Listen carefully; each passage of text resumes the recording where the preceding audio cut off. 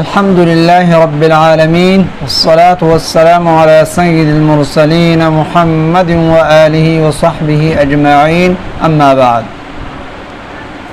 صفات لازمة بيان دل شول الصفات بيان شو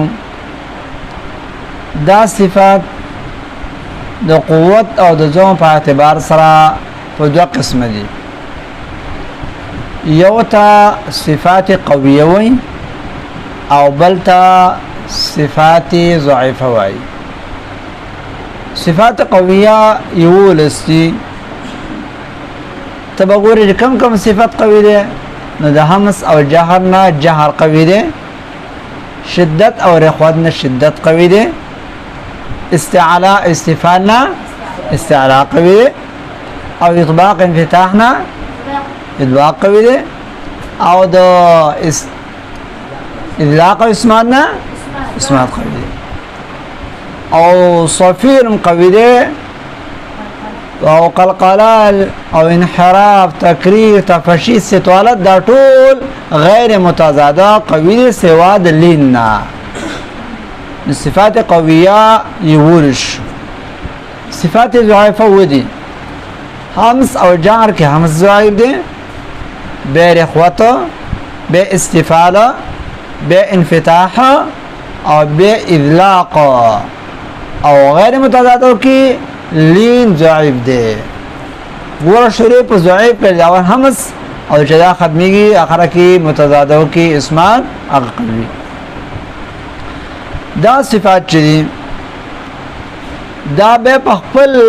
منکم درجه لري لکه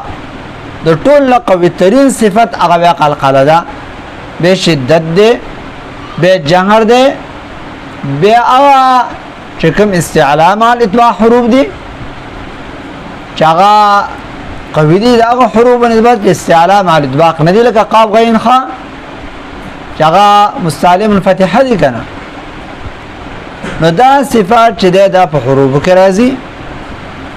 څومره قوي صفات چې په یو حرف کې راشي حرف او مر قوي او څومره صفات ضعیف چې په یو حرف کې راشي حرف سي ضعیف نو ټول حروف د قوت او د زوم په اعتبار سره په پنځه قسمه دي وسو پنځه اقوا قوي اضعف ضعيف متوسطه اقوا حروف دا سلو حروف دي طا دا ظا دا ضاد دي او قاف دي اقوا حروف توي چې ټول صفات پکې قوي وي یا ور پکې یو ضعیف وي لکه و دې نه موږ طا ګورو طا کې هم جهر نه جهر دي شدت رخوان شدت ده استعلاء استفال استعلاء او اطباق انفتاح اطباق او اطلاق اسمات اسمات او ده غیر متضادانه بکی قلقله ده ټول بکی قویران چې ظوار والی ده همس او جهر نه بکی جهر شدت او رخوت نه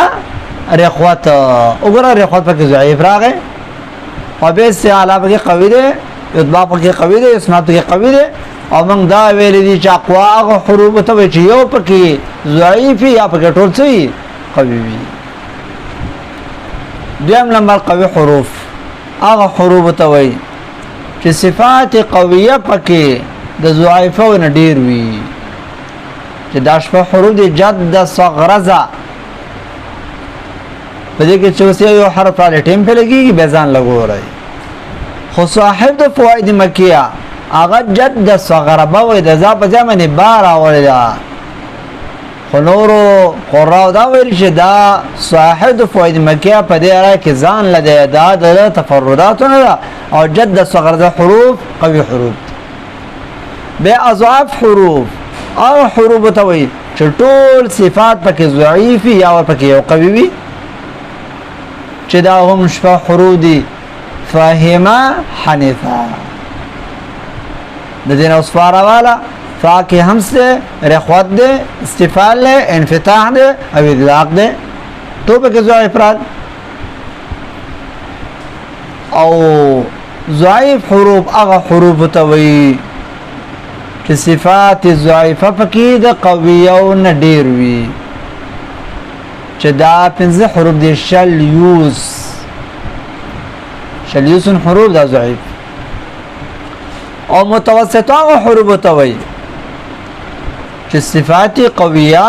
او ضعیفه کې برابر وي کله ولا صفات قویه کم وي لیکن داغه قوت مزید وي لکه چې دا حروف په دې مجموعه کې دي اخذا تکبا دا د حروف د قوت او د ضعف مراتب بیان شو د دې نه بعد ان شاء الله د صفات او فوائد بیانېږي وبالله التوفیق